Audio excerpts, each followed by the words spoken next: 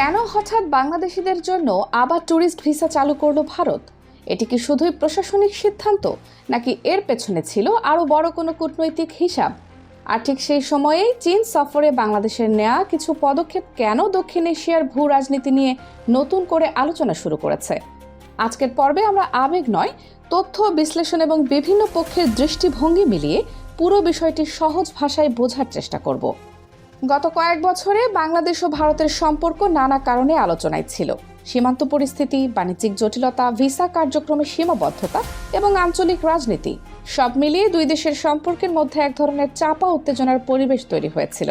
বিশেষ করে দীর্ঘ সময় ধরে ভারতীয় ট্যুরিস্ট ভিসা কার্যক্রম সীমিত থাকায় সাধারণ মানুষ থেকে ব্যবসায়ী অনেকেই ভোগান্তির কথা বলেছেন।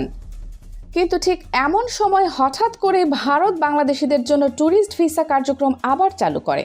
স্বাভাবিকভাবেই প্রশ্ন ওঠে, কেন এই পরিবর্তন? এটি কি শুধুই প্রশাসনিক সিদ্ধান্ত, নাকি এর পেছনে ছিল বৃহত্তর কূটনৈতিক হিসাব? আন্তর্জাতিক সম্পর্ক বিশ্লেষকদের একাংশ মনে করেন, দক্ষিণ এশিয়ার বর্তমান ভূ রাজনৈতিক বাস্তবতায় বাংলাদেশ এখন এমন একটি অবস্থানে রয়েছে যেখানে ঢাকা, দিল্লি এবং বেইজিং তিন পক্ষই নিজেদের কৌশলগত স্বার্থকে গুরুত্ব দিয়ে সিদ্ধান্ত নিচ্ছে। ফলে প্রতিটি বড় পদক্ষেপকেই অনেকেই বৃহত্তর কূটনৈতিক প্রেক্ষাপটে দেখার চেষ্টা করছেন। এরপর শুরু হয় বাংলাদেশের প্রধানমন্ত্রীর চীন সফর। সফরের শুরু থেকে বিভিন্ন আন্তর্জাতিক সংবাদ মাধ্যম এবং আঞ্চলিক বিশ্লেষকদের নজর ছিল বেইজিংয়ের দিকে, কারণ অনেকের ধারণা ছিল এই সফরে বড় কোনো অর্থনৈতিক বা অবকাঠামোগত ঘোষণা আসতে পারে। প্রথম দিন পার হয়ে গেল, দ্বিতীয় দিনও শেষ হলো। সংবাদ মাধ্যমে একের পর এক সমঝোতা স্মারক বা MOU স্বাক্ষরের খবর প্রকাশ হতে লাগলো। তবে শুরুতে এমন কোনো ঘোষণা সামনে আসেনি যেটিকে বড় কৌশলগত পরিবর্তন বলা যায়। ফলে অনেক পর্যবেক্ষক মনে করেছিলেন এটি হয়তো একটি নিয়মিত রাষ্ট্রীয় সফর হিসেবেই শেষ হবে।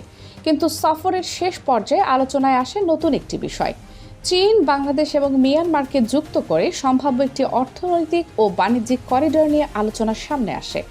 যদিও এ ধরনের প্রকল্প বাস্তবায়নের আগে বহু ধাপের কূটনৈতিক, অর্থনৈতিক ও কারিগরি প্রক্রিয়া সম্পন্ন করতে হয়, তারপরও বিষয়টি দক্ষিণ এশিয়ার ভূ রাজনীতি নিয়ে নতুন বিতর্ক সৃষ্টি হয়। অনেকের কাছে এটি কেবল একটি সড়ক বা বাণিজ্য পথের পরিকল্পনা মনে হতে পারে, কিন্তু আন্তর্জাতিক সম্পর্ক বিশেষজ্ঞদের মতে একটি করিডোরের গুরুত্ব শুধু পরিবহন ব্যবস্থায় সীমাবদ্ধ থাকে না। এটি বিনিয়োগ, সরবরাহ ব্যবস্থা, আঞ্চলিক সংযোগ এবং অর্থনৈতিক প্রবৃদ্ধির ওপরও দীর্ঘমেয়াদী প্রভাব ফেলতে পারে। বাংলাদেশের জন্য সম্ভাব্য লাভের দিকটি হলো, যদি এমন করিডোর বাস্তবায়িত হয় তাহলে পূর্ব এশিয়ার বাজারের সঙ্গে যোগাযোগ আরও সহজ হতে পারে। একই সঙ্গে নতুন বাণিজ্য পথ তৈরি হলে ব্যবসায়িক সুযোগও বাড়তে পারে। তবে এসব সম্ভাবনা বাস্তবে কতটা সফল হবে তা নির্ভর করবে প্রকল্প বাস্তবায়ন, নিরাপত্তা পরিস্থিতি এবং সংশ্লিষ্ট দেশগুলোর রাজনৈতিক সমঝোতার উপর। এই আলোচনার সঙ্গে আরেকটি গুরুত্বপূর্ণ বিষয় বারবার উঠে আসছে, রোহিঙ্গা সংকট। কয়েক বছর ধরে বাংলাদেশ লাখ লাখ রোহিঙ্গাকে আশ্রয় দিয়ে আসছে। এটি শুধু মানবিক নয়, অর্থনৈতিক ও নিরাপত্তার দিক থেকেও বড় চ্যালেঞ্জ। মিয়ানমারের বর্তমান পরিস্থিতিতে চীনের উল্লেখযোগ্য কূটনৈতিক প্রভাব রয়েছে বলে আন্তর্জাতিক মহলে ধারণা করা হয়। সেই কারণে অনেক বিশ্লেষক মনে করেন, ভবিষ্যতে যদি মিয়ানমারকে ঘিরে বড় কোনো আঞ্চলিক অর্থনৈতিক উদ্যোগ বাস্তবায়িত হয় তাহলে সেখানে স্থিতিশীলতা বজায় রাখতে চীন আরও সক্রিয় ভূমিকা নিতে পারে। যদিও রোহিঙ্গা প্রত্যাবাসনের বিষয়ে এখনও কোনো নিশ্চিত অগ্রগতি দেখা যায়নি। অন্যদিকে ভারতের দৃষ্টিকোণ থেকেও বিষয়টি গুরুত্বপূর্ণ। ভারত দীর্ঘদিন ধরে উত্তর পূর্বাঞ্চলের সঙ্গে যোগাযোগ উন্নয়ন এবং অ্যাক্ট ইস্ট নীতিকে গুরুত্ব দিয়ে আসছে। তাই বাংলাদেশকে ঘিরে নতুন যে কোনো আঞ্চলিক সংযোগ প্রকল্প স্বাভাবিকভাবেই দিল্লির কৌশলগত হিসাবের অংশ হয়ে ওঠে। তবে এটিও মনে রাখতে হবে, দক্ষিণ এশিয়ার বর্তমান বাস্তবতায় প্রতিযোগিতার পাশাপাশি সহযোগিতাও সমান গুরুত্বপূর্ণ। বাংলাদেশ, ভারত ও চীন তিন দেশই বাণিজ্য, বিনিয়োগ এবং আঞ্চলিক স্থিতিশীলতার ক্ষেত্রে একে অপরের সঙ্গে বিভিন্ন পর্যায়ে কাজ করে যাচ্ছে। চীন সফর শেষে প্রধানমন্ত্রীর দেশে ফিরে বিভিন্ন উন্নয়ন ও প্রযুক্তি সংশ্লিষ্ট কার্যক্রমে অংশগ্রহণ নিয়েও আলোচনা হয়েছে। অনেক পর্যবেক্ষক মনে করেন, বাংলাদেশ এখন অবকাঠামো, প্রযুক্তি এবং আঞ্চলিক সংযোগ এই তিন ক্ষেত্রকে একসঙ্গে এগিয়ে নেওয়ার চেষ্টা করছে। তবে এসব উদ্যোগের প্রকৃত ফলাফল জানতে সময় লাগবে। দেশের অভ্যন্তরীণ রাজনীতিতেও সাম্প্রতিক সময়ে বিভিন্ন দলের পারস্পরিক সম্পর্ক নিয়ে আলোচনা চলছে। কেউ কেউ মনে করছেন বড় রাজনৈতিক দলগুলোর মধ্যে সংলাপ বা সমঝোতার পরিবেশ তৈরির চেষ্টা হচ্ছে।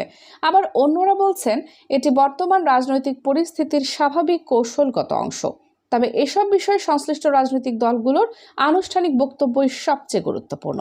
সব মিলিয়ে একটি বিষয় স্পষ্ট, বাংলাদেশকে ঘিরে দক্ষিণ এশিয়ার কূটনৈতিক সমীকরণ দ্রুত পরিবর্তিত হচ্ছে। ভারত, চীন এবং অন্যান্য আঞ্চলিক শক্তি নিজেদের স্বার্থ অনুযায়ী নতুন নতুন কৌশল গ্রহণ করছে। একই সঙ্গে বাংলাদেশও নিজের অর্থনৈতিক ও কৌশলগত অবস্থানকে আরও শক্তিশালী করার চেষ্টা করছে। তবে কোনো একটি সফর বা একটি ঘোষণায় পুরো ভূ রাজনীতির চিত্র বদলে দেয় এমন সিদ্ধান্তে পৌঁছানো এখনই সম্ভব নয়, কারণ আন্তর্জাতিক সম্পর্ক সবসময় দীর্ঘমেয়াদী প্রক্রিয়ার মাধ্যমে গড়ে ওঠে। আগামী কয়েক মাস ও কয়েক বছরের ঘটনা প্রবাহই বলে দেবে এই উদ্যোগগুলো বাস্তবে কতটা সফল হয় এবং দক্ষিণ এশিয়ার শক্তির ভারসাম্যে এর প্রকৃত প্রভাব কতটা পড়ে। আপনার মতে এই পরিবর্তনগুলো কি বাংলাদেশের জন্য নতুন অর্থনৈতিক সম্ভাবনার দরজা খুলতে পারে, নাকি সামনে নতুন কূটনৈতিক চ্যালেঞ্জ অপেক্ষা করছে? আপনার মতামত অবশ্যই মন্তব্যে জানাতে পারেন। কানিজ ফাতেমা, সোমা, 0 টিভি।